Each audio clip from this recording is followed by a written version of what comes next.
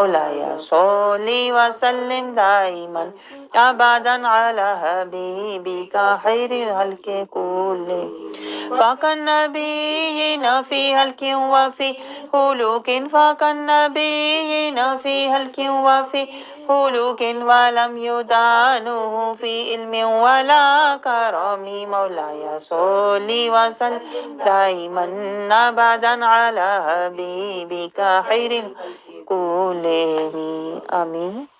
اللہ رب العزت ہم سب کا یہ اجتماعی درود پاک بارگاہ مصطفیٰ صلی اللہ علیہ وسلم میں ہم سب کی طرف سے ہدیتاً تحفتاً پیش فرمائے اور ہم سب کو اجتماعی طور پر رسول اللہ صلی اللہ علیہ وسلم کی توجہ، نوری نگاہ، محبت اور رحمت عطا فرمائے تاکہ ہم آخرت میں آپ صلی اللہ علیہ وسلم کی شفاعت کے قابل ہو جائیں۔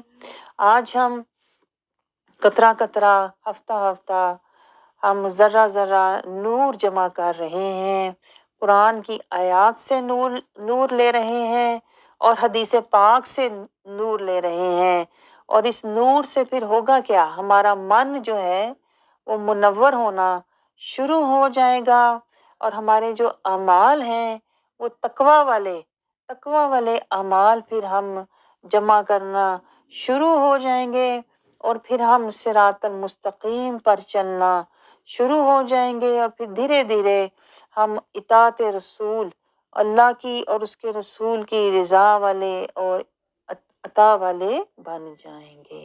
تو آپ نے دیکھا یہ ہمارا مجاہدہ ہے، اسی لیے دیکھیں ایک مومن کی جو پوری زندگی ہوتی ہے نا، وہ تجاہد فی سبیل اللہ میں ہوتی ہے، وہ اللہ اس کے رسول کے راستے میں جہاد کر رہا ہوتا ہے، اپنے دل کو اللہ کے نور سے آباد کر رہا ہوتا ہے۔ تو یہ ہمارا مجاہدہ، اللہ رب العزت سے یہ دعا کریں تا دم آخر سلامت رہے۔ تو آیت مبارکہ جو ہماری گزشتہ حالت 2 ہفتے سے شروع ہے، آیت نمبر 60 سورۃ البقرہ۔ اللہ رب العزت کا شکر ادا کیجئے، اللہ رب العزت ہمیں استقامت دے کر، ہمت دے کر، صحت دے کر، اپنی چاہت دے کر، اپنی محبت دے کر ہمیں بلا رہا ہے۔ یہ بلاوا ہوتا ہے اصل میں جو تیاری کے لیے ہوتا ہے، جو مجاہدے کے لیے ہوتا ہے، اصل بلاوا یہ ہوتا ہے، جو قرآن کا بلاوا ہو، جو حدیث پاک کا بلاوا ہو، کیونکہ یہاں سے طہارت، خشیت اور اللہ کی محبت لے کر پھر ہم حضوری سے حاضری کے قابل ہوں گے، جو مدینہ پاک کی حاضری ہوگی، جو اللہ کی بارگاہ میں ہماری حاضری ہوگی۔ تو آیت نمبر 60 کی اگر آپ زیارت کریں تاکہ اللہ تعالیٰ آپ کے من کو بھی طہارت دے اور آپ کو لوح محفوظ کی زیارت کی سعادت حاصل ہو، تو آیت مبارکہ اعوذ باللہ من الشیطان الرجیم بسم اللہ الرحمن الرحیم بات چل رہی تھی۔ آیت کا میں آپ کو سامنے ترجمہ رکھوں گی کیونکہ یہ ہماری آیت گزشتہ 2 ہفتے سے چل رہی ہے، اس لیے میں صرف اس کا با محاورہ ترجمہ ذکر کرتے ہوئے آگے چلوں گی۔ اور جب موسیٰ علیہ السلام نے اپنی قوم کے لیے اللہ سے پانی مانگا تو ہم نے کہا کہ اپنی لاٹھی پتھر پر مارو، تو پھر اس میں سے 12 چشمے پھوٹ نکلے اور تمام لوگوں نے اپنا اپنا گھاٹ یعنی اپنا اپنا چشمہ معلوم کر لیا۔ خدا کی عطا فرمائی ہوئی روزی کھاؤ اور پیو۔ اللہ نے کہا کہ یہ اللہ تعالیٰ نے نبی کے ذریعے نے سمجھایا کہ یہ اللہ کی عطا فرمائی ہوئی روزی ہے، کھاؤ اور پیو، مگر زمین میں شرط پہ میں نے آپ کو پچھلی دفعہ کافی سمجھایا تھا، اگر شرط نہ ہو تو عمل ضائع ہو جاتا، اب تک آپ کو سمجھ آ گئی ہوگی۔ تو اللہ نے کھانا پینا، اللہ نے رزق، اللہ نے رحمت، برکت، سہولت، نعمت سب دی، لیکن ساتھ ایک شرط لگا دی۔ اب اس پہ آج آپ نے ذرا توجہ کرنی ہے، وہ شرط اللہ نے کیا لگائی؟ زمین میں فساد نہ کرتے پھرنا۔ آپ سمجھ رہے ہیں؟ جو اللہ اصل بات بتاتا ہے آیت کے اینڈ پہ، وہی اصل میں آیت کا حاصل اور مقصد ہوتی ہے۔ تو اس آیت مبارکہ میں ہم اقرا کے بعد تفکر، تدبر، تفقع، اس آیت کو سمجھنے، اب ہم سمجھنے کی طرف جانے لگے ہیں، اس آیت پہ غور و فکر کرنے لگے ہیں، جو کہ ہمیں ہر آیت کے ساتھ کرنا چاہیے تھا اور ہم کرتے ہوئے الحمدللہ آ رہے ہیں۔ ہر آیت کے ساتھ ہم تفکر، تدبر، تفقع، غور و فکر کر کے سمجھتے ہیں، سوچتے ہیں، پھر اس آیت سے ہم تزکیہ کے نقطے لیتے ہیں، پھر اس آیت سے ہم تصفیہ، اپنے من کی اصلاح کرتے ہیں، پھر اس آیت سے ہم ہدایت کے پہلو لیتے ہیں، پھر اس آیت سے ہم اب اللہ کے قرآن کا اتباع لیتے ہیں اور رسول اللہ صلی اللہ علیہ وسلم کا اسوہ حسنہ لیتے ہیں۔ تو آپ نے دیکھا ہر آیت سے ہم نے تفکر، تدبر، تفقع، تزکیہ، ہدایت اور اتباع کے نقطے اور پہلو ڈھونڈنے ہوتے ہیں۔ آپ سمجھ رہے ہو؟ جب ہم یہ ڈھونڈیں گے نا تو یہ وہ ہوتا ہے کہ ڈھونڈے سے تو خدا بھی مل جاتا ہے۔ آیتوں میں سے نقطے ڈھونڈتے ڈھونڈتے ہم بندہ خدا تک پہنچ جاتا ہے اور یہ سمجھ آ جاتا ہے اللہ کیا چاہتا ہے، اللہ کیسے چاہتا ہے، اللہ کس طرح چاہتا ہے، اللہ کو کیا پسند ہے۔ یہ آیتوں کے اندر جب ہم نقطے اور آیات کے اندر جب حکمت کے پہلو تلاش کرتے ہیں نا تو ہمیں رب کی، کہتے ہیں نا، اللہ کی پسند، اللہ کی چاہت، اللہ کی محبت، اللہ کی نصیحت، اللہ کی حکمت، اللہ کی ہمیں ہدایت، اللہ کی قربت اور اطاعت کے پہلو ملتے ہیں۔ آپ سمجھ رہے ہیں؟ تو ہم مل کر الحمدللہ یہی اس کو مجاہدہ کہتے ہیں، جب ہم آیات کے اندر سے اللہ تعالیٰ نے جو حکمت کے پہلو چھپائے ہوتے ہیں نا، جیسے دیکھیں آپ بھی کوئی خزانہ ہو تو آپ اس کو سامنے نہیں رکھتے، آپ بھی خزانہ، قیمتی چیزیں، زیورات آپ بھی کہتے ہیں نا لاکر میں کہیں چھپا کے حفاظت سے رکھتے ہیں، تو اللہ رب العزت بھی اپنی قربت کے، اپنی حکمت کے، محبت کے، چاہت کے جو پہلو ہوتے ہیں نا، اللہ بھی ان کو آیت کے اندر چھپا کے رکھتا ہے۔ اب یہ جتنی جس کو طلب ہوگی وہ ڈھونڈے گا کہ اس آیت میں میرے لیے اللہ کی حکمت اور محبت اور چاہت اور قربت اور نصیحت کا کون سے پہلو ہیں۔ اب یہ ڈھونڈنے والے پہ ہے کہ وہ کتنی طلب رکھتا ہے، کتنی پیاس رکھتا ہے، کتنی تڑپ رکھتا ہے، کتنی اپنے رب سے چاہت رکھتا ہے، کتنی اپنے رب سے ملاقات کا شوق رکھتا ہے۔ لیکن آپ یقین کرو جو ہم اللہ کی محبت، اللہ کی چاہت کے سمندر، یہ ہر آیت جو ہے میں آپ کو بتاؤں یہ ایک نور کا سمندر ہوتا ہے، تو جیسے جیسے ہم آیت کے سمندر کے اندر، پہلے تو آپ دیکھ کے گزر جاتے تھے، پہلے آپ کا حال کیا تھا؟ پانی دیکھ کے گزر جاتے تھے، ہاں بھائی سمندر ہے، بہت پیارا ہے، بہت حسین ہے، بہت اچھا رنگ ہے، بہت اچھا لگ رہا ہے، اتنی آپ کی قرآن سے، آپ کا آیات سے آپ کا اتنا رابطہ تھا۔ لیکن ہم یہ مجاہدہ کس لیے کر رہے ہیں کہ ہم نے یہ جو صرف ہمارا قرآن سے جو رابطہ ہے یہ ظاہری نہیں رکھنا، ہم نے اس کو باطنی، ہم نے اس رابطے کو روحانی، ہم نے اس رابطے کو ایمانی، ہم نے اس کو قلبی، روحی، سری، خفی، ہم نے اس کو اپنے، کہتے ہیں نا، جنت تک لے کے جانا ہے۔ اس رابطے کو ہم نے اتنا بڑھانا ہے کہ قرآن ہمیں جنتی بنا دے، ہمیں امتی بنا دے، ہمیں متقی بنا دے۔ آپ سمجھ رہے ہو؟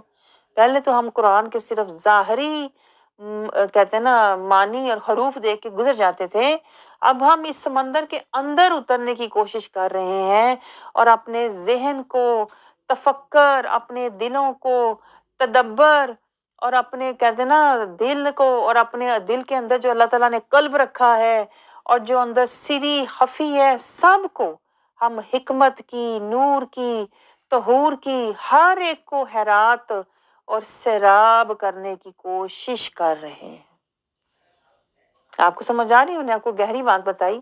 پہلے صرف آپ سر کی آنکھوں سے آیت کو دیکھتے تھے اور گزر جاتے تھے، اب آپ آیت کو سر کی آنکھ سے، جو دل کے اندر آنکھ ہے نا، سر کی آنکھ سے، اب آپ باطنی آنکھ سے قرآن کو جب دیکھتے ہو نا، اور آپ اس کو سوچتے ہو اور اس کو آپ سمجھتے ہو تو آپ کے باطن کو نور ملتا ہے، جس سے کیا ہوتا ہے، آپ کے باطن میں تزکیہ، طہارت، تقوی، خشیت اور اللہ کی محبت آنا شروع ہو جاتی ہے۔ آپ نے دیکھا آپ کے من کو اللہ تعالیٰ نور دے رہا ہے دھیرے دھیرے، اور آپ کا جو پورا قلب ہے، ہمارے دیکھیں قلب کے اندر جتنے بھی لطائف ہیں نا، جتنے اللہ نے ہمارے سینے کے اندر مقامات رکھے ہوئے ہیں، کیا نفس ہے ہمارے سینے کے اندر، کیا کچھ ہے، نفس ہے، قلب ہے، پھر سری ہے، خفی ہے، روحی ہے، یہ ہمارے قلب کے اندر 5 مقامات ہیں۔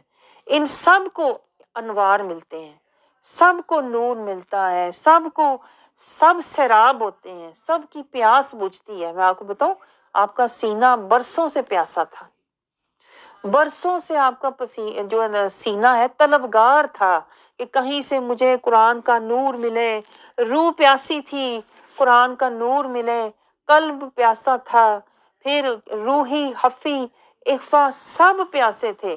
اب آپ کا سینہ جو ہے نا آہستہ آہستہ سیراب ہو رہا ہے، اور آپ کو سینے میں سکون، آپ کو سکون محسوس ہوتا ہے، کیونکہ یہ اللہ کی بارگاہ سے جب ہم آیت کے اندر اترتے ہیں نا تو سینے پر سکینہ نازل ہونا شروع ہو جاتا ہے۔ آپ سمجھ سکتے ہیں، سکینہ جب نازل ہوتا ہے تو روح کو، دل کو سکون ملنا شروع ہو جاتا ہے۔ آپ سمجھتے ہو؟ تو جب سکون ملتا ہے تو پھر جو روح جو ہے نا، پھر اس کے اندر وہ قلب بینا، دل زندہ، دل کو پھر بینائی ملتی ہے، قلب ہمارا زندہ ہونا شروع ہو جاتا ہے، نور سے زندہ ہونا شروع ہو جاتا ہے۔ پہلے ہمارا دل مردہ تھا، میں آپ کو بتاؤں، پہلے ہم دنیا کے طالب تھے، دنیا کا مال و متاع، دنیا کی فکریں، دنیا کے سٹیٹس، دنیا کی عزتیں، دنیا کی چاہتیں، دنیا کی رونقیں، یہ قلب مردہ دل ہوتا ہے، ایسا دل مردہ ہوتا ہے۔ آپ سمجھ رہے ہو؟ لیکن جب ہم قرآن میں غور و فکر کرتے ہیں، تدبر تفکر کرتے ہیں، قرآن سے تزکیہ اور ہدایت لیتے ہیں، قرآن کی طرف، اتباع کی طرف آتے ہیں، ہدایت کی طرف آتے ہیں، تو دھیرے دھیرے ہمارا دل، جو قلب جو سویا ہوا تھا، جو پردوں میں تھا، جو اندھا تھا، جو حجابوں میں تھا، اب وہ دھیرے دھیرے زندہ، پہلے وہ بینا ہوگا، پھر وہ زندہ ہوگا، پھر وہ اللہ کی محبت میں کہتے ہیں نا جاگنے والا جاگے گا، پھر تڑپے گا، پھر ایک سٹیج آئے گی کہ آپ کو رونا آئے گا، دل روئے گا، دل اللہ کی طرف لپکے گا، اللہ کا طالب بن جائے گا، پھر آپ سالک بنو گے۔ آپ کو سالک کا بھی آج میں نے بتا دیا۔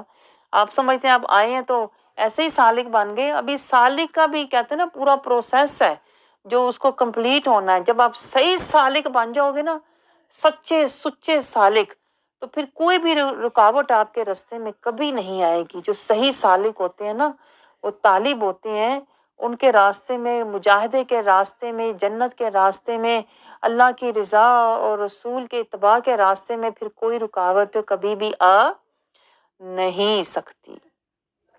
تو یہ آپ کی بنیاد ہونی چاہیے کہ میں کس لیے آتی ہوں، میں اپنا راستہ جنت کی طرف بنانے آتی ہوں۔ میں نے دنیا کے گھر بنا لیے، اب میں جنت میں گھر بنانا چاہتی ہوں۔ میں نے دنیا کو بہت راضی کر لیا، اب میں رب کو راضی کرنا چاہتی ہوں۔ میں نے دنیا کی عزتیں بہت دیکھ لیں، کچھ نہ حاصل ہوا، اب میں نے اللہ کی نظر میں جو عزت ہے نا تقویٰ والی، میں نے اب متقی بننا ہے تاکہ میں اللہ کی نظر میں عزت والا بن جاؤں۔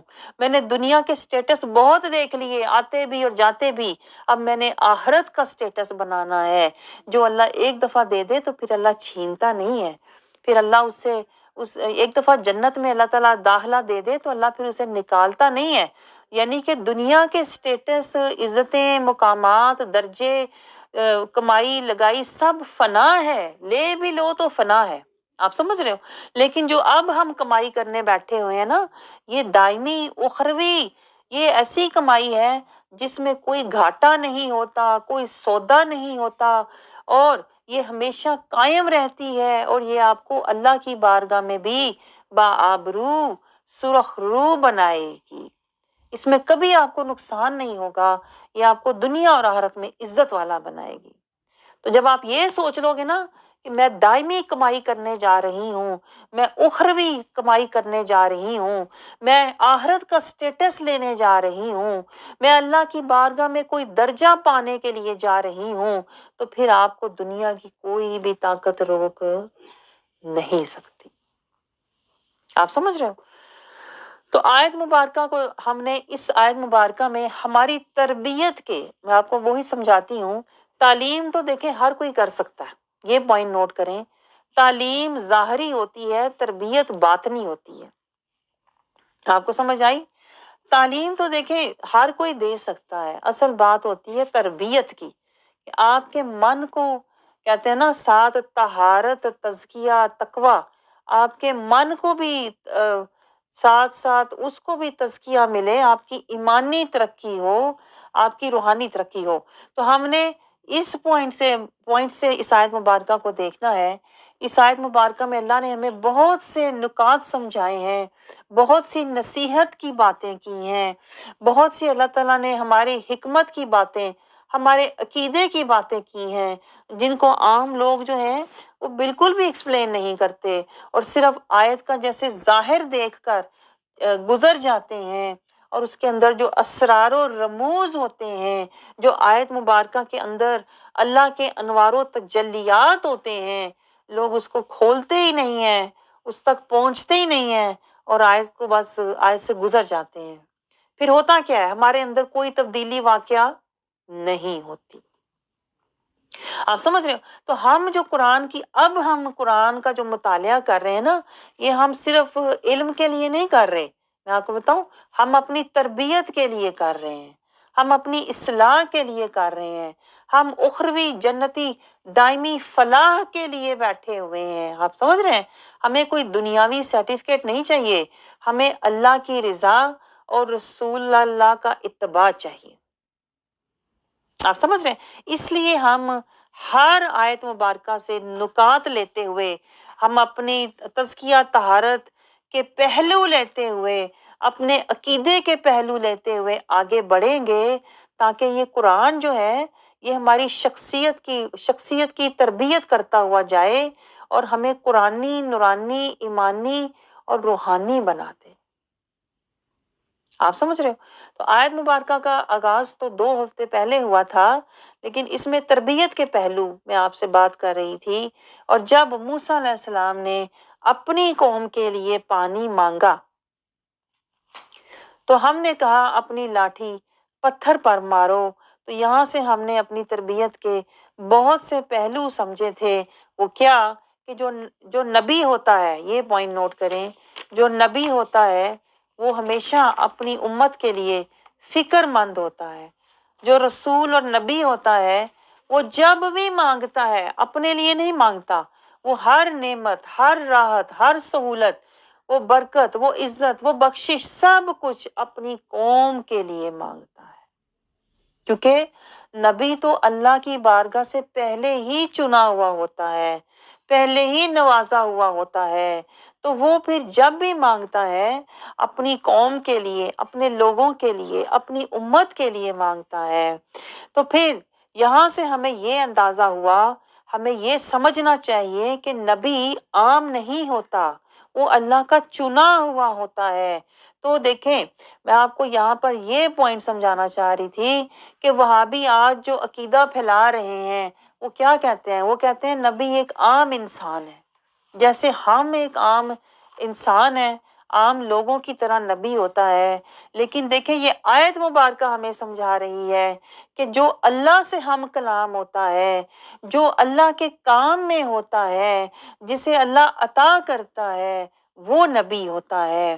تو جو عام لوگ ہوتے ہیں وہ ہمیشہ نبی کے پاس جاتے ہیں، نبی کا وسیلہ لیتے ہیں، تو انہیں اللہ کی بارگاہ سے کچھ عطا ہوتا ہے، چاہے وہ کچھ بھی ہے، چاہے وہ دنیا کا مال و متاع ہے یا آخرت کا کچھ حاصل ہے، جو کچھ بھی ملے گا وہ نبی کے در سے ملے گا۔ دیکھنے میں، اب آپ نوٹ کرتے جائیں میرے ساتھ، دیکھنے میں نبی جو ہوتا ہے وہ انسان ہوتا ہے، مگر اس کے اندر جو حکم ہوتا ہے وہ حکم رحمان ہوتا ہے۔ دیکھنے میں دیکھیں نبی عام گلیوں میں راستوں میں چلتا پھرتا ہے مگر اس کی زندگی کا راستہ صراط المستقیم ہوتا ہے۔ دیکھنے میں دیکھیں نبی عام لوگوں کی طرح لباس پہنتا ہے، جو کپڑے عام لوگ پہنتے ہیں وہی نبی پہنتا ہے، لیکن اس کا حقیقی لباس تقویٰ ہوتا ہے۔ دیکھنے میں دیکھیں جو نبی ہوتا ہے وہ عام لوگوں سے ملتا جلتا ہے، ان سے معاملات کرتا ہے، بات چیت کرتا ہے، لیکن اصل میں وہ نبی اللہ کے احکام پورے کر رہا ہوتا ہے۔ دیکھنے میں دیکھیں وہ نبی، اس کے بھی لوگوں کے جیسے حالات واقعات ہوتے ہیں، شادی ہوتی ہے، بچے ہوتے ہیں، کھانا پینا ہوتا ہے، دیکھنے میں اس نبی کے بھی عام لوگوں کی طرح حالات اور معاملات ہوتے ہیں، لیکن وہ نبی معاشرے کے لیے ایک مثال ہوتا ہے۔ دیکھنے میں دیکھیں وہ نبی عام لوگوں کی طرح بات چیت کرتا ہے، لوگوں سے بات چیت کر رہا ہوتا ہے، لیکن حقیقت میں وہ حق کا پیغام دے رہا ہوتا ہے۔ آپ کو فرق نظر آ رہا ہے؟ دیکھنے میں نبی عام لوگوں کی طرح دیکھیں روزی کما رہا ہوتا ہے، اپنی گزر بسر کر رہا ہوتا ہے، لیکن حقیقت میں وہ اللہ سے سودا کر کے تجارت اللہ سے کر رہا ہوتا ہے۔ دنیا میں ہمیں نظر جیسے دیکھیں رسول اللہ صلی اللہ علیہ وسلم بظاہر آپ مال تجارت لے کر جاتے تھے دوسرے شہروں میں، شام کے اور دوسرے یمن، لیکن اصل میں آپ کی تجارت اللہ کے ساتھ تھی۔ اصل جو سودا آپ کے پاس تھا وہ اللہ کی رضا تھی، جو آپ بانٹ رہے تھے اور اپنے رب سے تجارت کر رہے تھے۔ یہ میں آپ کو فرق سمجھا رہی ہوں نبی کا اور عام لوگوں کا۔ دیکھنے میں دیکھیں وہ نبی اسی معاشرے میں پلا بڑا ہوتا ہے جیسے رسول اللہ صلی اللہ علیہ وسلم نے مکے کی پہاڑیوں میں، وادیوں میں ہی پرورش پائی، لیکن اصل میں وہ نبی حق کا طالب ہوتا ہے، متلاشی ہوتا ہے۔ اور دیکھنے میں دیکھیں جس طرح دیکھیں اگر میں آپ کو موسیٰ علیہ السلام کی مثال دوں، موسیٰ علیہ السلام نے دیکھیں بظاہر کہتے ہیں نا فرعون کے محل میں پرورش پائی تھی، لیکن آپ دیکھو کہ وہ عام انسان نہیں تھے، وہ نبی تھے۔ جیسے مرضی ماحول میں وہ رہے ہیں، گمراہی کا ماحول تھا، بت پرستی کا تھا، کیونکہ فرعون تو خود کہتے ہیں نا خدائی کا دعویٰ کر رہا تھا۔ یعنی میں آپ کو یہ سمجھا رہی ہوں کوئی جو نبی ہوتا ہے اس پہ اپنے ماحول کا کوئی اثر نہیں ہوتا، بے شک وہ کتنے گھٹیا ترین، وہ کتنے مرضی کہتے ہیں نا برے ترین حالات میں ہو، عام لوگ جو ہوتے ہیں حالات کے زیر اثر ہوتے ہیں کہ نہیں؟ ہم کہتے ہیں ہماری پرورش ایسی ہوئی تھی جی، ہمارے تو حالات ایسے تھے اس لیے ہم ایسے ہو، لیکن میں آپ کو بتاؤں جو نبی ہوتا ہے چاہے وہ کسی بھی طرح کے ماحول میں پلتا ہے، اس کی پرورش ہوئی ہو، وہ پھر بھی حق کا متلاشی ہوتا ہے۔ اور وہ دیکھیں موسیٰ علیہ السلام چاہے کتنی امیری میں پلے تھے، عیش و عشرت میں پلے تھے نا، محل میں زندگی گزاری تھی، لیکن اس کے باوجود اللہ نے آپ کو دلگیری عطا فرمائی۔ دیکھیں نبی کی جو پہلی علامت کیا ہوتی ہے، حق کا متلاشی ہوتا ہے، اسے اللہ ہمیشہ دلگیری عطا کرتا ہے، چاہے وہ امیری میں ہو، وہ امیری کا اثر نہیں لیتا، وہ دلگیری والا ہوتا ہے۔ اور ہم لوگ تو کہتے ہیں دلگیری ہمیں ملے ہی نہ، میرا دل دکھے ہی نہ۔ ہم جن چیزوں کو ناپسند کرتے ہیں نا، ذرا یہ پوائنٹ نوٹ کریں، جن چیزوں کو ہم ناپسند کرتے ہیں نا وہ نبی کی صفات ہوتی ہیں۔ سوچیں ذرا، غور کریں میں آپ سے کیا کہہ رہی ہوں، وہ نبی کی شانیں ہوتی ہیں کہ چاہے کیسے بھی حالات ہوں وہ حالات کا زیر اثر نہیں ہوتا، وہ حق کا متلاشی ہوتا ہے۔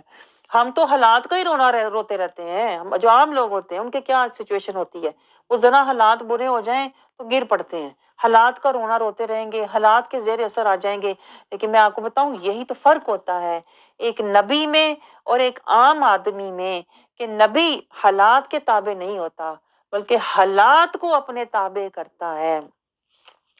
وہ امیری کا اور دنیاوی کہتے ہیں نا مال و متاع اور رنگینی کے پیچھے نہیں جاتا، اسے دلگیری، اسے دکھ، اللہ کی بارگاہ سے جو دکھ اور تکلیفیں ملتے ہیں نا اسے دلگیری سے پیار ہوتا ہے۔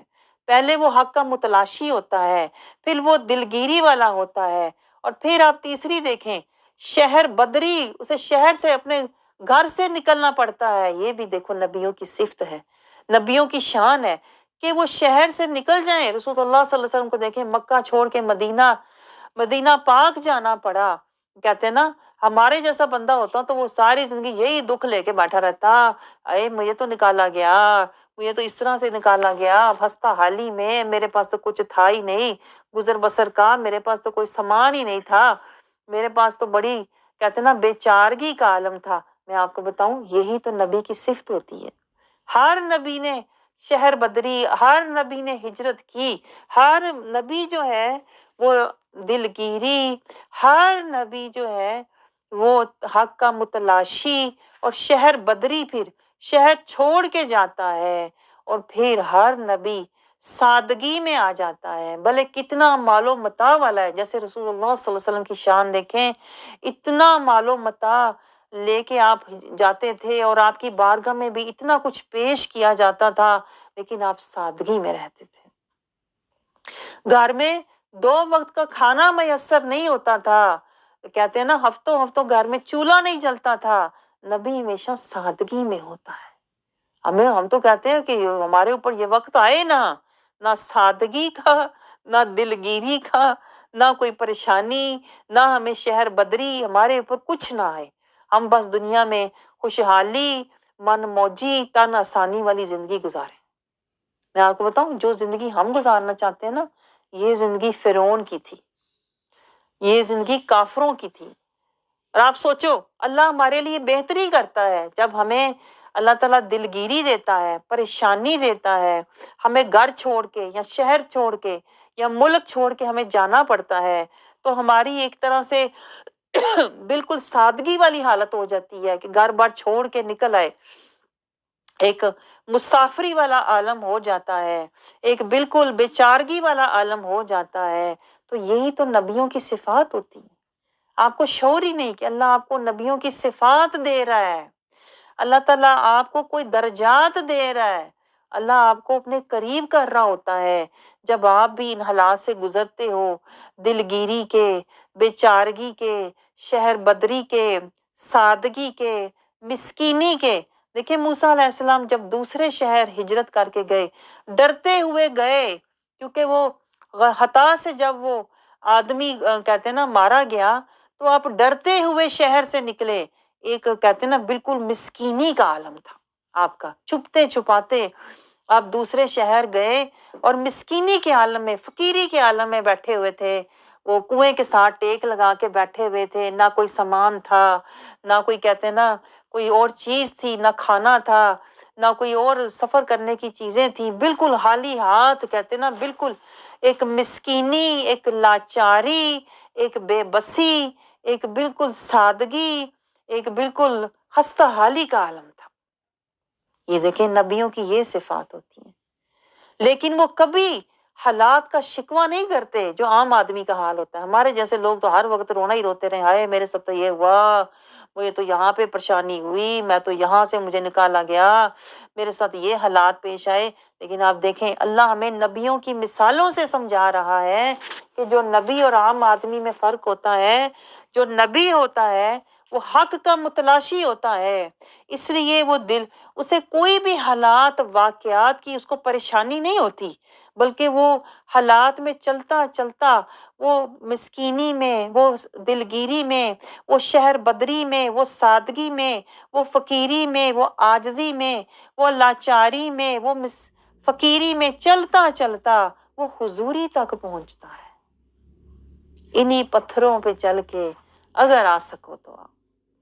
یہی تو میں آپ کو شروع میں سمجھا رہی تھی، یہ حضوری ایسے ہی نہیں حاصل ہوتی، اللہ کی بارگاہ میں حضوری اور حاضری ایسے ہی نہیں حاصل ہوتی کہ میں گھر میں بیٹھا ہوا ہوں، عیش و عشرت میں من موجی، تن آسانی، سستی کاہلی، اپنی خوشی میں بیٹھا ہوا ہوں، اور میں بیٹھے بٹھائے جیسے دنیا میں مجھے ساری نعمتیں مل گئی ہیں نا، ایسے اللہ کی رضا بھی مل جائے گی، ایسے جنت بھی مل جائے گی۔ میں آپ کو بتاؤں یہ شیطان کا دھوکہ ہوتا ہے۔ تو میں آپ کو پوائنٹ یہ سمجھا رہی تھی کہ اللہ تعالیٰ ہمیں جب ان حالات سے گزارتا ہے نا، جس کی اللہ تعالیٰ نے بخشش کرنی ہوتی ہے، جس سے اللہ کو پیار ہوتا ہے، جس کی بہتری کا ہدایت کا اللہ ارادہ فرماتا ہے نا، اللہ اسے ان حالات سے پھر گزارتا ہے جو حالات موسیٰ علیہ السلام کے ساتھ پیش آئے، لیکن وہ حالات سے نکلتا جاتا ہے۔ میں آپ کو بتاؤں، جس طرح موسیٰ علیہ السلام کے بارے میں نے آپ کو بتایا کہ پہلے اتنی امیری میں تھے کہ نہیں، محل میں رہتے تھے، اور پھر آپ ایک دم دلگیری میں آ گئے، آپ کے اوپر اتنا بڑا الزام لگ گیا کہ آپ نے قتل کیا ہے، اب آپ کو پکڑا جائے اور آپ کو بھی اس کی سزا دی جائے۔ آپ دلگیری میں، کہاں اتنی شاہانہ زندگی، کہاں اتنی، ایک دم سے سب کچھ چھین گیا اور آپ چھپتے چھپاتے شہر میں لوگوں سے بچتے بچاتے، اور آپ خالی ہاتھ اور رات کے اندھیرے میں ایک طرح سے نکل کے وہاں سے اپنی جان بچا کے دوڑے۔ آپ سوچیں ذرا، دو ڈیفرنٹ حالات، کہاں شاہانہ زندگی اور کہاں بالکل غریبانہ اور مسکینانہ اور درویشانہ حالات۔ یہی تو میں آپ کو پوائنٹ سمجھا رہی ہوں، اللہ یہی تو کرتا ہے، جن سے اللہ محبت کرتا ہے اللہ انہیں دنیا کی شاہانہ لذتوں، خواہشوں، نعمتوں اور درجوں میں نہیں رکھتا، اللہ انہیں جنت کے درجے، جنت کی شاہانہ زندگی دینا چاہتا ہے، جنت میں اعلیٰ مقامات دینا چاہتا ہے۔ پھر اللہ تعالیٰ کیا کرتا ہے؟ پھر اللہ تعالیٰ انہیں امیری سے نکال کر دلگیری سے گزارتا ہے، پھر شہر بدری ہوتی ہے، کبھی گھر بدری، گھر سے نکلنا پڑتا ہے، کبھی ملک بدری ہوتی ہے، کبھی سادگی کا عالم آتا ہے، لاچاری کا عالم آتا ہے، بے بسی کا عالم آتا ہے، فقیری کا عالم آتا ہے، بالکل مسکینی کا عالم آتا ہے، فقیری کا عالم آتا ہے۔ اللہ تعالیٰ انہیں پھر اللہ تعالیٰ انہیں حضوری کی طرف لے جاتا ہے، اور پھر انہیں دائی اللہ بنا دیتا ہے۔ اب آپ کو سمجھ آئی؟ یہ دائی اللہ جو لوگ ہوتے ہیں، جو اصل امام ہوتے ہیں، آج کل تو اصل امام ہی نہیں ملتا، آج کل تو مولوی ملتے ہیں بس۔ آپ کو سمجھ آئی ہے؟ اصل امام اور مولوی میں بڑا فرق ہوتا ہے، آپ کو پتا کہ نہیں پتا؟ مولوی تو آپ کو پتا نا، حلوے کا طالب ہوتا نہیں تو لیکن جو امام ہوتا ہے، اصل امام تو دیکھیں، امام کی تو شان ہی اور ہوتی ہے۔ امام تو جو علامہ اقبال کا دیکھیں ایک شعر تھا کہ وہی ہے تیرے زمانے کا امام برحق، وہی ہے تیرے زمانے کا امام برحق، نشانی انہوں نے بتائی ہے، تیرے زمانے کا امام کون ہے؟ وہی ہے تیرے زمانے کا امام برحق، جو تجھے حاضر و موجود سے بیزار کرے۔ سوچیں ذرا، جو تجھے حاضر، جو تیرے پاس حاضر ہے، اور موجود جو تو نے پایا ہے، اس سے بیزار کرے، ہے وہ امام ہوتا ہے۔ آج کل میں آپ کو بتاؤں، نہ بندے ملتے ہیں نہ امام ملتے ہیں، آج کل صرف مولوی ملتے ہیں جو مسجدوں میں بیٹھ کے صرف رولے ڈالتے ہیں یا فساد۔ امام نہیں ملتے آج کل، کیونکہ ایمان والا ہی نہیں مل رہا، تو ایمان والا نہیں مل رہا تو امام کہاں سے ملے گا؟ امام تو اس سے بھی اوپر کا درجہ ہے، پہلے ایمان والا ہو تو کوئی۔ آپ سمجھ رہے ہیں؟ ایمان والا بننے کے لیے یہ سارا مجاہدہ جو میں نے آپ کو بتایا ہے نا، یہ موسیٰ علیہ السلام بظاہر لگتا ہے نا ان حالات، یہ سارا مجاہدہ تھا۔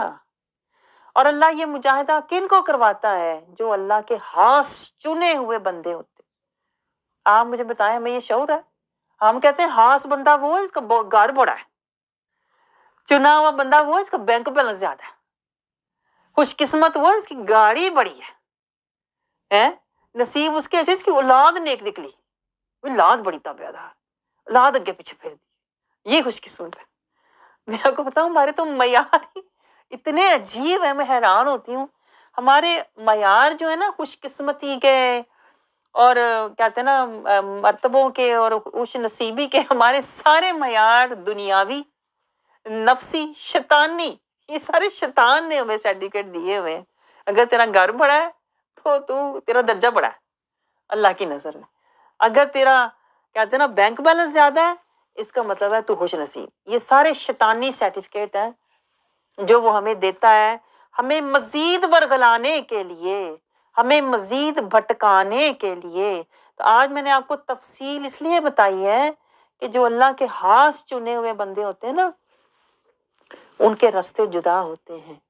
ان کو کیا کہتے ہیں کہ ان کو اللہ تعالیٰ دلگیری کے راستے سے انہیں دکھ ملتے ہیں اچھا کر کے بھی, انہیں نیکی کر کے بھی, انہیں بھلائی کر کے بھی دکھ اور تکلیفیں ملتی ہیں, کیونکہ اللہ کو دلگیری پسند ہے.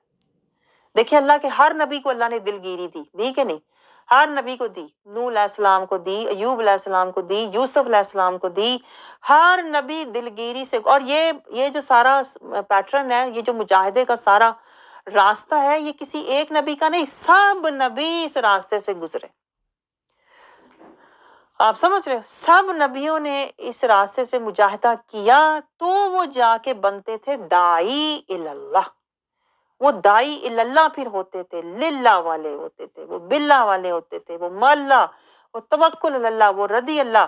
نہ وہ ڈولتے تھے, نہ وہ گھبراتے تھے, نہ وہ گرتے تھے, نہ وہ پریشان ہوتے تھے, چاہے جیسے مرضی حالات ہوں, بلکہ وہ اللہ کا ذکر, آخرت کی فکر, اللہ کا شکر, اللہ کا صبر, توکل اور رضا میں گزرتے چلے جاتے تھے, بلکہ وہ اور پختہ ہوتے جاتے تھے.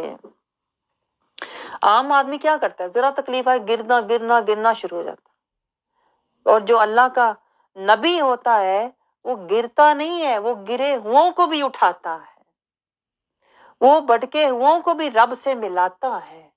ان آزمائشوں سے گزرنے کے باوجود وہ دوسروں کو ان آزمائشوں سے نکالتا ہے, انہیں راستہ دکھاتا ہے.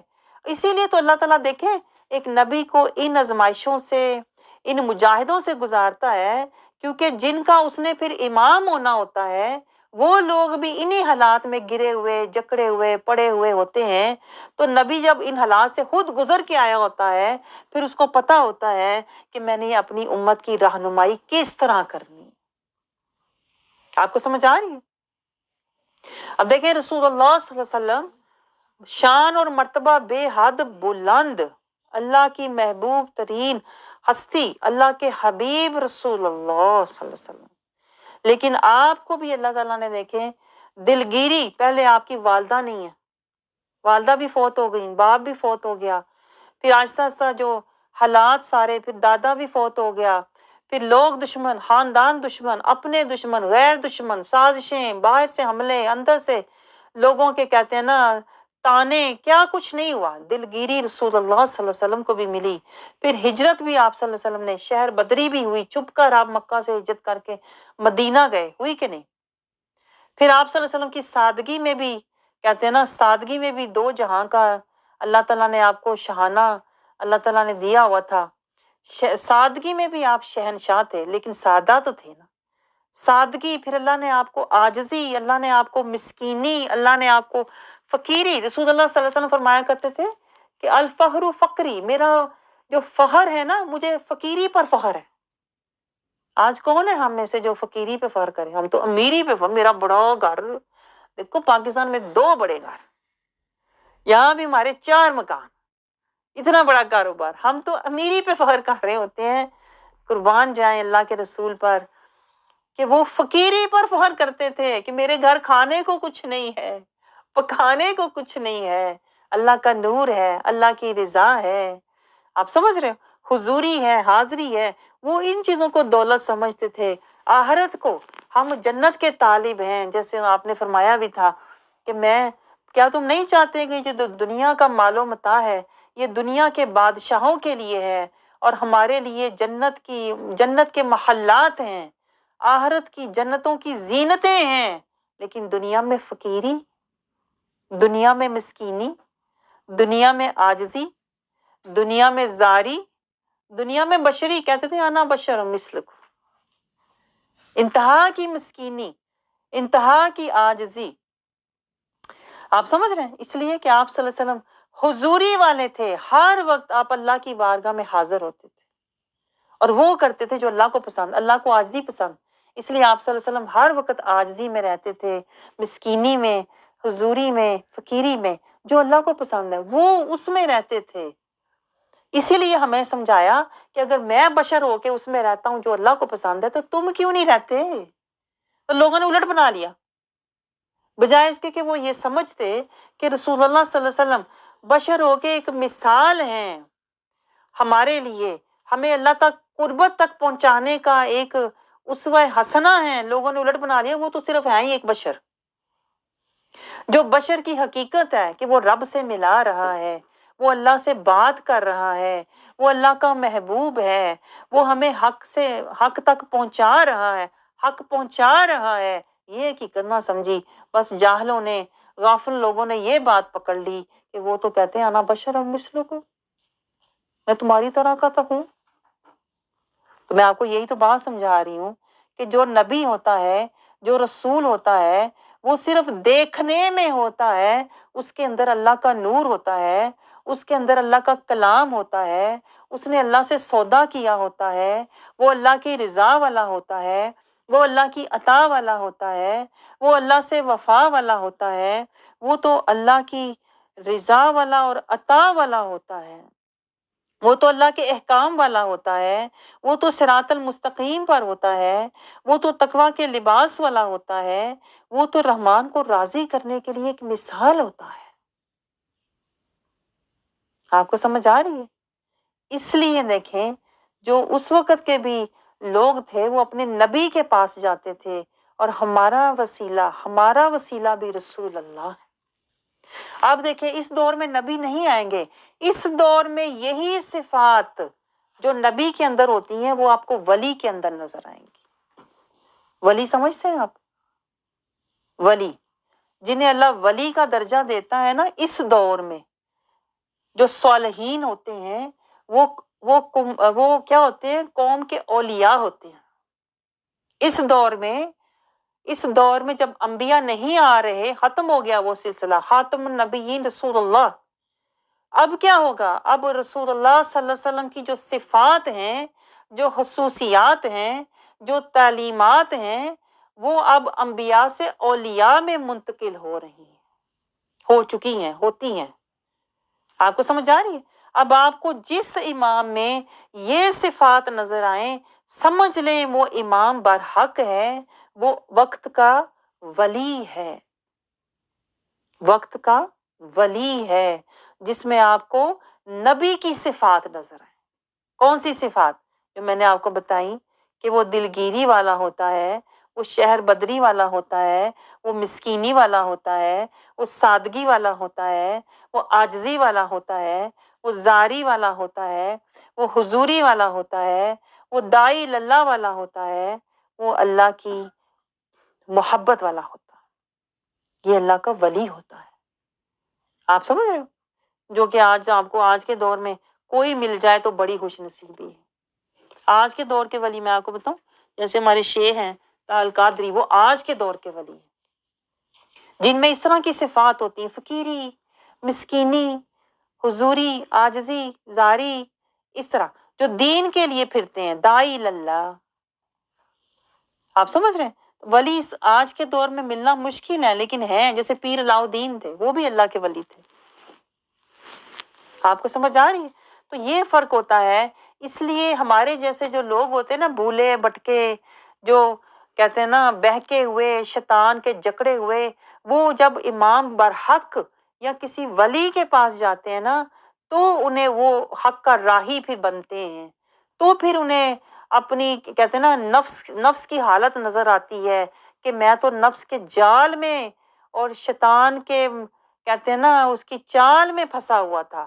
یہ عام مولوی نہیں آپ کو بتا سکتا، میں آپ کو بتاؤں، یہ راستہ، یہ پہچان، یہ ہمیں کوئی امام برحق کروا سکتا ہے، یا اللہ کا ولی کروا سکتا ہے، یا اس وقت کے نبی کروایا کرتے تھے۔ آپ کو سمجھ آ رہی ہے؟ اس لیے میں آپ کو یہ ساری بات سمجھائی ہے کہ جب آپ کی زندگی میں ایسے حالات ہوں، کبھی آپ لاچاری میں آ جائیں، کبھی بیماری میں آ جائیں، کبھی بے بسی میں آ جائیں، کبھی بے قراری میں آ جائیں، کبھی آپ بالکل بے سر و سامانی میں آ جائیں، تو آپ یہ سوچ کر اللہ کا شکر ادا کیا کرو کہ میرے اوپر اللہ تعالیٰ نے پیغمبرانہ صفت میرے اوپر نازل کی ہے۔ یہ تو نبیوں کی صفت ہے جس میں سے اللہ نے مجھے خیرات عطا کی۔ یہ تو اللہ میرے اوپر صبغۃ اللہ چڑھا رہا ہے، مجھے ایک رنگ دیا، اپنے نبی کے رنگ میں سے ایک رنگ دیا، بے بسی کا، فقیری کا، بے سر و سمانی کا، لاچاری کا، فقیری کا۔ لیکن ہم اس کو سمجھتے ہی نہیں، ہم اس کو سمجھتے ہیں بد نصیبی، سمجھتے ہیں کہ نہیں؟ بد نصیبی، بڑی بد نصیبی ہو گئی جی، بیماری آ گئی، بڑی پریشانی ہو گئی جی، حالات خراب ہو گئے۔ حالانکہ بے بسی کا عالم ہونا، لاچاری کا عالم ہونا، بے سر و سمانی کا عالم ہونا، یہ نبیوں کی صفات ہیں۔ آپ سمجھ رہے ہیں؟ تو یہ اللہ جو ہوتا ہے، اللہ رب العزت کیا کرتا ہے؟ یہ ضرب لگاتا ہے ہمیں، یہ اللہ ہمیں ضرب لگاتا ہے۔ جس طرح دیکھیں موسیٰ علیہ السلام نے اپنی قوم کے لیے پانی مانگا تو ہم نے کہا اپنی لاٹھی سے پتھر پر ضرب لگاؤ، تو یہ اللہ نبی کی صفت دے کر، نبی کی تھوڑی سی صفت سے اللہ ہمیں ضرب لگاتا۔ آپ کو سمجھ آئی ہے بات؟ تو پھر ہوتا کیا ہے؟ پھر اس میں سے 12 چشمے پھوٹ پڑے، جیسے اس پتھر میں سے 12 چشمے پھوٹ پڑے نا، وہ جو ظاہری پتھر تھا تو اس میں سے 12 چشمے پھوٹ پڑے۔ دیکھیں پہلے وہ صرف ایک پتھر تھا، جب ہمیں بھی اللہ تعالیٰ کہتے ہیں نا نبی کی صفت سے ضرب لگاتا ہے تو ہمارے اندر بھی پھر اللہ کی خشیت کا چشمہ پھوٹ پڑتا ہے، اللہ کی محبت کا چشمہ، اللہ کی طلب کا چشمہ، اللہ کی تڑپ کا چشمہ، اللہ کی چاہت کا چشمہ، اللہ کی قربت کا چشمہ، اللہ کی اطاعت، یہ سب ہمارے اندر ہے۔ اور جیسے آپ نے دیکھا ہوگا وہ ہوتا ہے نا کانوں کے اندر خزانے ہوتے ہیں، کانوں کے اندر خزانے ہوتے ہیں لیکن وہ اندر چھپے ہوئے ہوتے ہیں، تو اس لیے کانوں کی کھدائی کرتے ہیں۔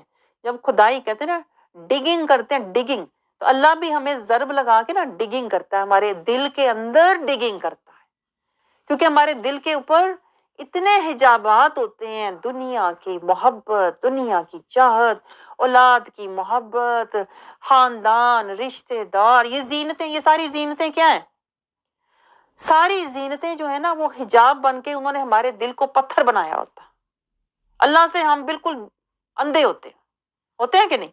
اللہ سے بالکل بے حس، قرآن سے بے حس، صراط المستقیم سے بے پرواہ، رسول اللہ صلی اللہ علیہ وسلم کی اسوہ حسنہ بے پرواہی، اللہ کی رضا بے خبر، جنتیں پتہ ہی نہیں۔ تو اللہ کہتا ہے اتنے حجاب، اتنے سختی، اتنے اس کے اوپر اللہ کہتا ہے شیطان نے اتنے اس کے اوپر ڈالے ہوئے ہیں، ایک شیطانی وسوسے، ایک زینتوں کے حجاب اور ایک نفس کے جال۔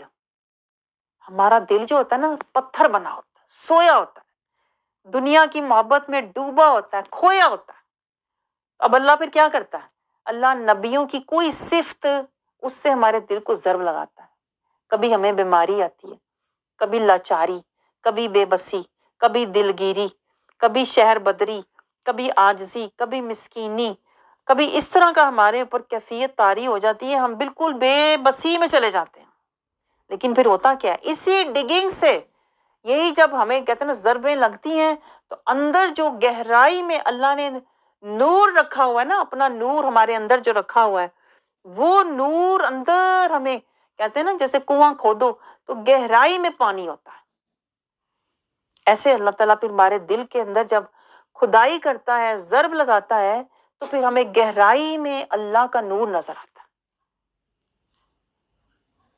آپ دیکھیں میں کتنا گہرا پوائنٹ آپ کو سمجھا رہی ہوں۔ اندر سے پھر چشمے پھوٹنے لگتے ہیں، اللہ کی طلب، تڑپ، محبت، چاہت، خواہش، راحت، پھر اللہ تعالیٰ کا نور، سکینہ، خشیت، پھر اللہ کی طرف دوڑنے کا شوق، صراط المستقیم کا شوق، اللہ کو راضی کرنے کا شوق، اللہ کی اطاعت کا شوق، اللہ کی ملاقات کا شوق، یہ چشمے پھر ہمارے اندر پھوٹ پڑتے ہیں۔ آپ سمجھ رہے؟ یہ روحانی میں آپ کو بتا رہی ہوں۔ ظاہری طور پر کیا تھا؟ 12 چشمے پھوٹے اور انہوں نے اپنا اپنا گھاٹ بظاہر پہچان لیا اور اپنا اپنا اس میں سے انہوں نے پانی پیا، پیاس بجھائی۔ تو اللہ بھی پھر ہمارے من کی پیاس بجھاتا ہے، روح کی پیاس بجھاتا ہے۔ جب ہمیں ضربیں لگتی ہیں، ہمیں پھر حق کا رستہ نظر آتا ہے، پھر ہم اس طرف دوڑتے ہیں اور پھر ہم اپنا اپنا گھاٹ معلوم کر لیا، پھر ہم اپنی جب ہمیں سکون ملتا ہے، سکینہ ملتا ہے، قرآن سے ہمیں حقیقت سامنے آتی ہے، پردے ہٹتے ہیں، تو پھر سب سیراب ہو جاتے ہیں۔ سب کون؟ یہ دماغ بھی سیراب ہوتا ہے، یہ آنکھیں بھی سیراب ہوتی ہیں، یہ نفس کو بھی اللہ تعالیٰ ہدایت دیتا ہے، یہ قلب کو بھی اللہ جگاتا ہے، قلب کے آگے جو دل میں ہمارے دوسرے مقامات ہیں، روحی کو بھی نور ملتا ہے، پھر سری جو چھپے ہوئے مقام ہے اس کو بھی اللہ سیراب کرتا ہے، پھر خفی کو بھی نور ملتا ہے، پھر ہوتے ہوتے ہمارا رابطہ جو ہے اللہ کے عرش سے جڑ جاتا ہے۔ سب کو اللہ تعالیٰ حیرات دیتا ہے، بدن کو، آنکھوں کو، سماعت کو، قلب کو، نفس کو، روح کو، سری کو، خفی کو، سب اپنا اپنا گھاٹ بھی پہچان لیتے ہیں۔ آپ سمجھ رہے ہو؟ تو آگے اللہ میں کیا سمجھا رہا ہے؟ اور ہم نے حکم دیا کہ خدا کی عطا فرمائی ہوئی یہ روزی، دیکھیں یہ بھی روزی ہے جو آپ کو اس وقت مل رہی ہے نا، یہ قرآنی روزی ہے۔ آپ تو صرف دنیا کی روزی روٹی آپ نے صرف سیکھی ہوئی ہے نا، آج تک سمجھی ہوئی ہے، یا جس کے پیچھے آپ دوڑتے رہے ہیں۔ اصل جو روزی ہے دائمی، قرآنی، نورانی، وہ قرآن سے، یہ نور کی روزی مل رہی ہے آپ کو، یہ سکینہ مل رہا ہے، یہ آپ کی خوش نصیبی دیکھو۔ آپ کو ضربیں لگیں تو آپ کو اندر اپنی روح نظر آ گئی پیاسی۔ جب روح پیاسی نظر آئی تو آپ کو اللہ تعالیٰ نے، کہتے ہیں نا، کوئی راستہ دکھا دیا، تو پھر آپ کو جب اس راستے پہ آپ چلے تو آپ کو ایک چشمہ نظر آیا۔ یہ کیا ہے؟ یہ کلاس کیا ہے؟ یہ ایک چشمہ ہے۔ آپ سمجھ رہے ہو؟ یہ قرآنی چشمے کی کلاس ہے، یہ مدنی چشمہ ہے، یہ نورانی چشمہ ہے، یہ روحانی ایمانی چشمہ ہے۔ جب آپ یہاں آ کر بیٹھے، اب میں آپ کے اوپر لاگو کر رہی ہوں نا اس آیت کو، کیونکہ ہر آیت آپ کے میرے لیے ہے۔ آپ سمجھ رہے ہیں؟ صرف وہ بات نہیں کہ موسیٰ علیہ السلام کی، نہیں، ہر آیت میں آپ کے میرے لیے نصیحت، عبرت، حکمت کی باتیں ہیں۔ تو اب میں اس کو اپنے لیول پہ لے آئی ہوں کہ اس چشمے میں جب آپ آ کر بیٹھے، آپ کو نوری رزق ملنے لگا، قرآن کا نوری رزق ملنے لگا، آپ کے قلب کو، آپ کی روح کو، آپ کے دماغ کو، آپ کے پھر آگے جائے گا وہ سری، خفی، اخفا، سب کو، پورا سینہ جو ہے، پورا سینہ آہستہ آہستہ نور و نور ہونا شروع ہو جائے گا۔ تو پھر اللہ کیا کہتا ہے؟ اللہ کہتا ہے اب یہ جو نوری رزق ملا ہے نا، اب اس کی ناقدری نہ کرنا، اب اس کی ناشکری نہ کرنا، اب اس کو انسنی نہ کرنا، اب اس رزق کو ضائع نہ کرنا۔ اللہ کہتا ہے کھاؤ، دن رات کھاؤ، سوچو، قرآن کے بارے میں سوچو، غور و فکر کرو، اپنے قلب کو، روح کو، ذہن کو منور کرو اور پیو۔ یہ قرآن میں کیا پینے کا ہے؟ شراب طہور۔ آپ کو پتہ؟ قرآن میں ہی شراب طہور ہے جو آج ہمیں قرآن کے وسیلے سے مل رہی ہے۔ آج تو یہ کتابی شکل میں ہے نا، جب آپ جنتوں میں جاؤ گے تو پھر یہ کہتے ہیں نا آپ کو گلاس کی شکل میں دی جائے گی۔ آج یہ نور کی شکل میں ہے، لیکن جب آپ وہاں جاؤ گے تو یہ طہور کا جام ہوگی۔ ہے یہی شراب، میں آپ کو بتاؤں، ٹیسٹ آپ کو یہی آئے گا، سکون، سکینہ، نور اور سرور۔ اب دیکھیں جتنا ہم قرآن کے بارے میں سنتے ہیں، جتنا دیر ہم بیٹھتے ہیں، ہم پر عجیب سا سکینہ اور سرور اور نور چھا جاتا ہے۔ یہ کیا ہوتا ہے؟ یہ شراب طہور کا نور اور سرور ہوتا ہے۔ اور پھر ہمارے دلوں میں دیکھیں جب حقیقت ہمیں معلوم ہوتی ہے تو ایمان کا ظہور ہونے لگتا ہے، ہمیں پھر حقیقت سمجھ آنے لگتی ہے کہ میں نے دنیا کے لیے نہیں رونا، میں نے اللہ کے لیے رونا ہے۔ میں نے دنیا کو نہیں راضی کرنا، میں نے اللہ کو راضی کرنا ہے۔ میں نے دنیا کے پیچھے نہیں دوڑنا، میں نے اپنے خاندان، اپنی اولادوں کے پیچھے نہیں دوڑنا، میں نے قرآن کی آیتوں کے پیچھے دوڑنا ہے، میں نے اسوہ حسنہ مصطفیٰ کے پیچھے دوڑنا ہے، میں نے ہر طرح کے کام نہیں کرنے، میں نے تقویٰ کا زاد راہ جمع کرنا ہے، میں نے ہر راستے پہ نہیں چلنا، اپنی خوشیوں کا، سائشوں کا راستہ نہیں، میں نے صراط المستقیم پر چلنا ہے۔ تو آپ کے من پر ایمان کا ظہور، شراب طہور، قرآن سے سرور اور نور ملتا ہے۔ یہی تو چشمہ ہے جہاں سے آپ کو یہ نور، یہ طہور، یہ سرور اور یہ ایمان کا ظہور ملتا ہے۔ آپ کو سمجھ آ رہی ہے گہری باتیں؟ اب میرے ساتھ ہے نا؟ اب آیت کا دیکھیں آخری حصہ جو سب سے زیادہ میں آپ کو چاہ رہی تھی کہ آپ غور کریں، وہ کیا ہے؟ اللہ تعالیٰ فرماتا ہے جب تمہیں یہ مل جائے نا قرآنی نور اور قرآن سے شراب طہور جب تمہیں مل جائے اور در مصطفیٰ کا حدیث پاک کا نور، اب اللہ کہتا ہے زمین میں فساد نہ کر۔ آپ سوچیں اللہ کیا کہہ رہا ہے۔ اب آپ کے اوپر بہت بڑی ایک ذمہ داری، جیسے کہتے ہیں نا ذمہ داری اللہ تعالیٰ آپ کو اب دے رہا ہے۔ کہتے ہیں نا اللہ کہتا ہے جو جو جو تیرے لیے بہتر تھا وہ میں نے تجھے دے دیا، جس راستے میں تجھے اللہ کی کہتے ہیں نا رضا ملنی تھی، اللہ نے وہ راستہ وہ چشمہ آپ کو دے دیا۔ اب اللہ کہہ رہا ہے زمین میں فساد نہ کرنا۔ اور فساد آپ کو بتاؤں کیا ہوتا ہے؟ ہم سمجھتے ہیں فساد یہ ہوتا ہے کہ کسی نے لڑائی کی، دنگا فساد، وہ فساد۔ میں آپ کو بتاؤں اصل فساد کیا ہوتا ہے؟ اصل فساد یہ ہوتا ہے کہ ہم آیات کو سمجھ کر بھی، آیات کو دیکھ کر بھی جب ہم ان پر عمل نہیں کرتے نا اور اپنی مرضی اور اپنی خوشی کے لیے دوڑتے ہیں نا، یہ فساد ہوتا ہے۔ اس کو کہتے ہیں ایمانی فساد، اس کو کہتے ہیں قلبی فساد، اس کو کہتے ہیں ذہنی فساد، کہ میں نے اس آیت پہ تفکر نہیں کیا بلکہ اس آیت کو میں نے چھوڑ دیا، اس کو ذہنی فساد کہتے ہیں۔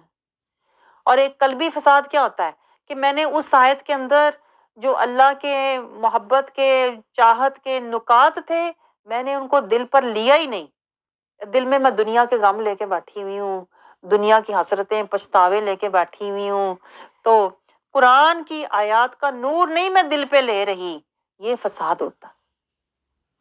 اور میں اللہ کے راستے میں جہاد کرنے کے لیے تیار نہیں ہو رہی، میں وہیں کی وہیں بیٹھی ہوں، یہ فساد ہوتا۔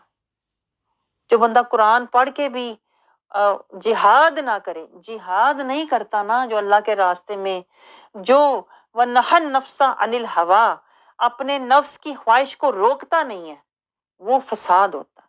اس لحاظ سے آپ دیکھیں ہم سارے فسادی لوگ ہیں۔ میں آپ کو بتاؤں مانتا نہیں کوئی بھی، لیکن میں تو قرآن کے تناظر میں آپ کو بتا رہی ہوں نا، آیتیں دیکھ کر دیکھیں اللہ کے راستے میں جہاد نہ کرنا، آیات کو دیکھنے کے باوجود اپنے نفس کو خواہش سے نہ روکنا،